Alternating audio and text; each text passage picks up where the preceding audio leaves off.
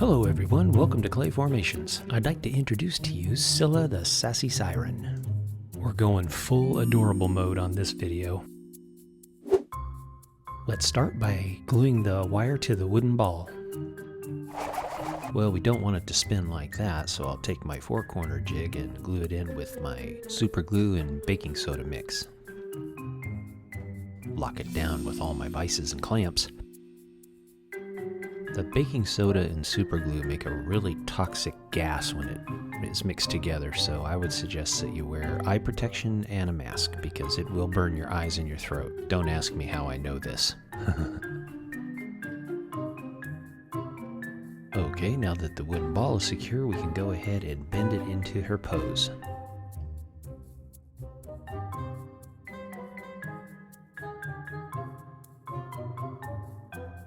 I found this aquarium decoration at PetSmart and I thought it would be absolutely perfect for her to be swimming through. And now to cover her base wire in aluminum foil. Very funny. Come on, you know the drill. You gotta crumple it up around the wire so the clay has something to stick to. Always keeping in mind that you have to make it thin enough because you still have to put clay around it. And if I put too much clay, it won't fit around the hole for her to swim through.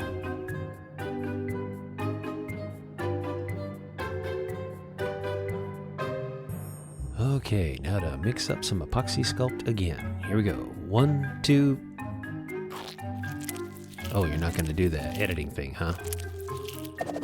You mean you're going to make us watch this whole process? Can you go a little faster? This is boring.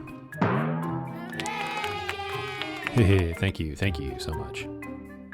Now we'll just cover the aluminum foil with the epoxy sculpt and let it cure, and it should be strong enough for us to put the clay on.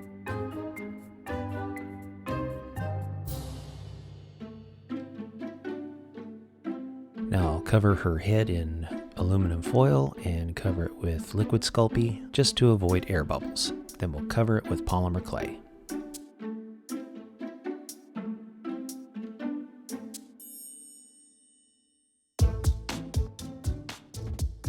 On other sculptures I've done, I've really kept the polymer clay quite thin, maybe 1/8 of an inch. But on this sculpture, I decided to go at least 1/4 of an inch because I seem to get better results and less cracking. Now it's time for some sculpture therapy. Let's get out the rake tool and start smoothing her out. To me, it's just very relaxing and satisfying.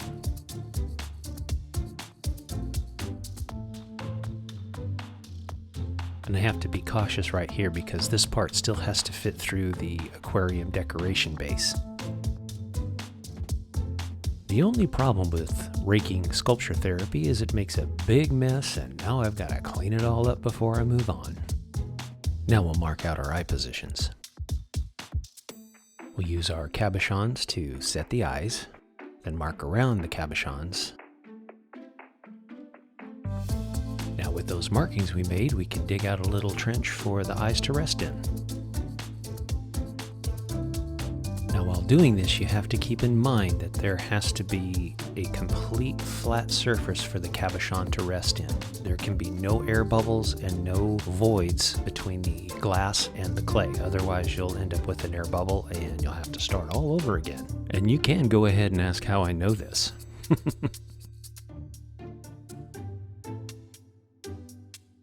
Now I'm gonna make up a little rig to hold the cabochon eyes while I paint them. There's the cabochon that I've cleaned off. Set it on the piece of clay.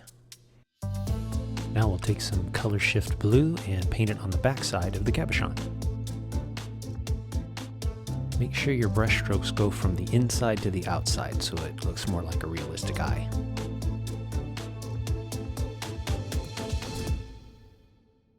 Now I'm marking the eye with a marker cap. Then I took my X-Acto knife and scraped away the paint around that mark. And it doesn't have to be precise. You can leave the edges kind of, feathery and uneven. Like that.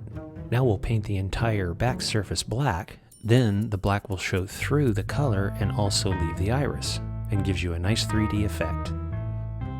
Then you can place the eyes back into the eye sockets. Pretty sweet. Okay, now that that part's done, we can get on to sculpting her facial features.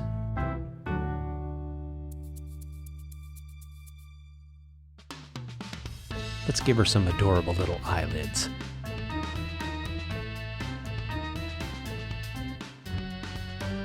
And an adorable little smile.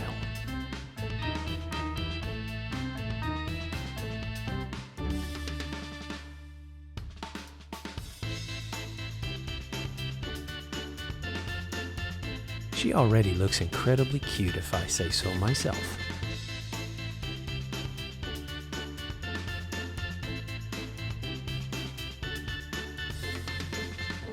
Just going to clean up and refine the eyes a little bit here. Now we'll start adding some fine texture to her face, and then we'll get to the bigger texture rollers as we continue.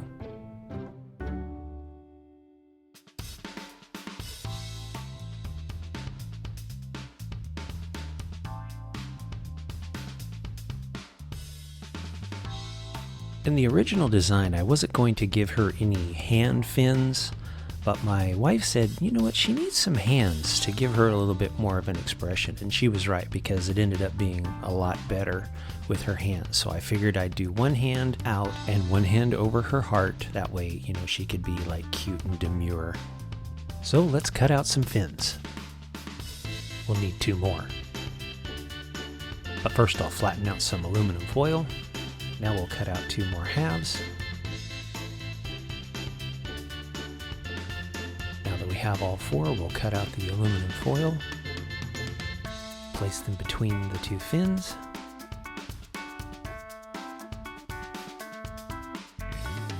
Then we'll add the top wire to it, and then we can move on to making the details.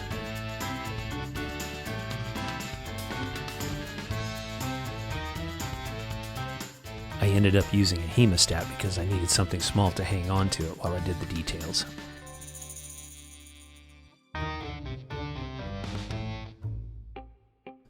Now let's add her cute little fins to her body.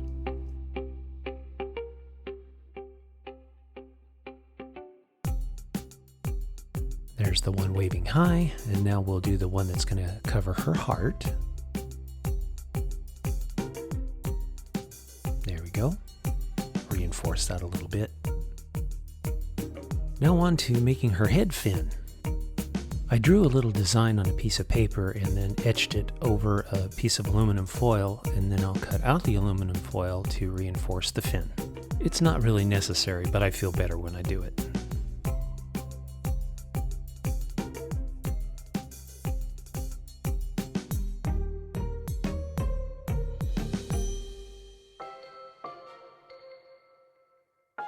I will go ahead and cut the other half of the fin, and then we can add the details to it.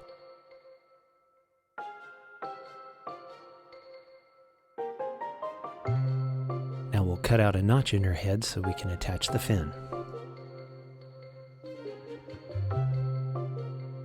Then we'll add the fin to the head, take some strips of clay, and blend them together.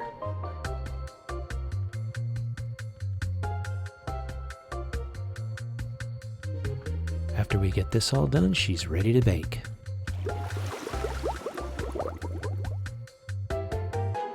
Isn't she cute? She needed to have an extra fin on the back of her head.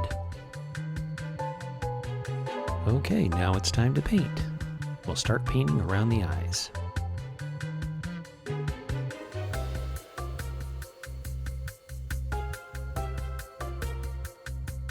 My original thoughts was to paint her body purple and her fins orange.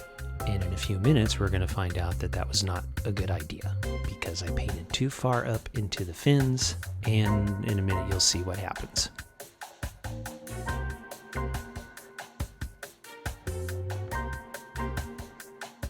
And here we go with the orange, and as you can see, the purple around the edge of her head is showing through the orange and not blending at all.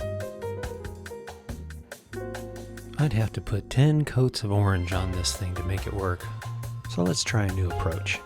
Let's take some white primer and cover up that area. Wait a minute. Let me dab this off a little bit. We'll take some white paint and cover up the orange and purple, and then we'll try a different color. I hope you like it. How about lavender? Let's try that. I think it'll blend in nicely with the purple. I'm just thankful that it worked. I was really concerned that I wasn't going to be able to get the colors right. Now we'll paint her little fins. Then we'll do some dry brushing around the eyes.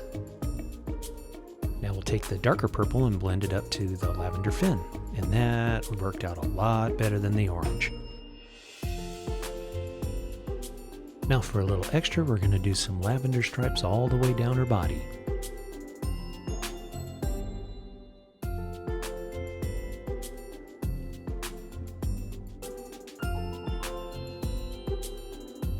It's so strange how one color will cover really well and another color won't. Orange and yellow won't cover anything without 100 coats.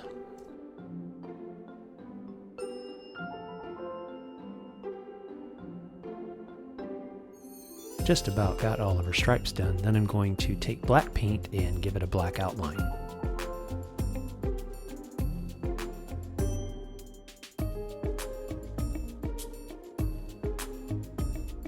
So satisfying when you see it all come together.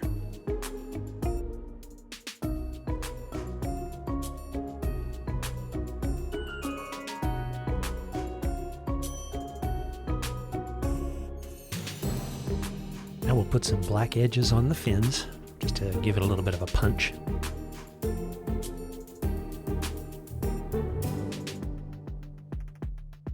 Now let's get her base ready. I thought that the weight distribution would be a little bit unbalanced, so I decided to use a wooden base to balance it. The last thing you want to happen is your sculpture to fall over because it's not balanced correctly.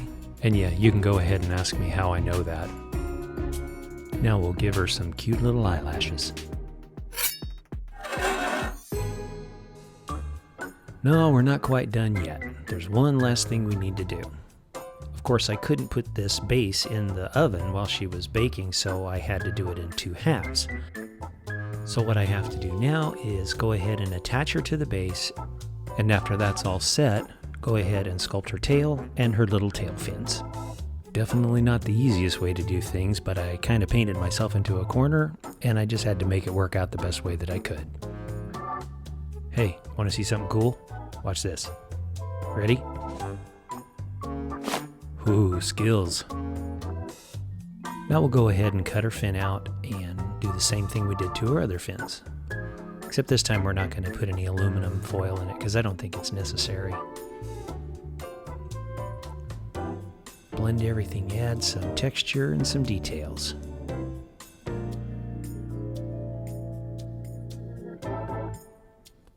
After I cure it with the heat gun, we'll add some paint. Except this time we'll do it right. I'm going to start with the lighter color and then I'm going to put the purple over the lighter color. Who says I don't learn from my mistakes? Well, sometimes I don't learn from my mistakes. Sometimes I screw up twice. Go ahead, ask me how I know that.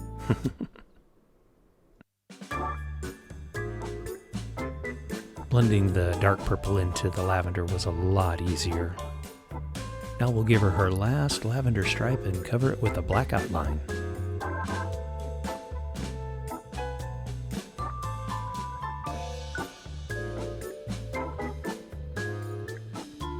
We'll hit the tips of her fin with a little bit of black.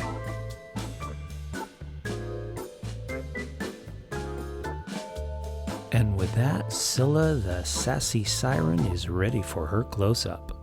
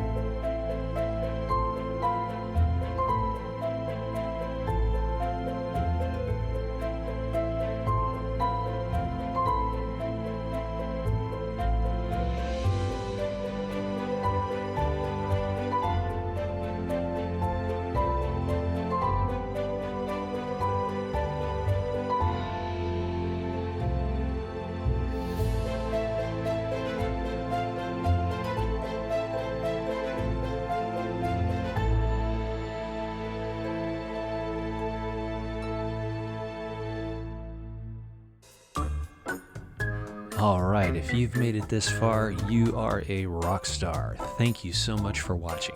I can't tell you how much I appreciate it. If you think I deserve it, give this video a thumbs up. And if you'd like to see more, please consider subscribing. And as always, a big thank you to my subscribers. I can't tell you how much I appreciate your support. Take care, and we'll see you next time.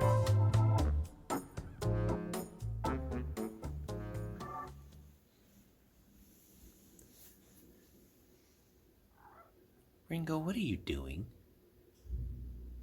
What are you doing? Huh? What are you doing?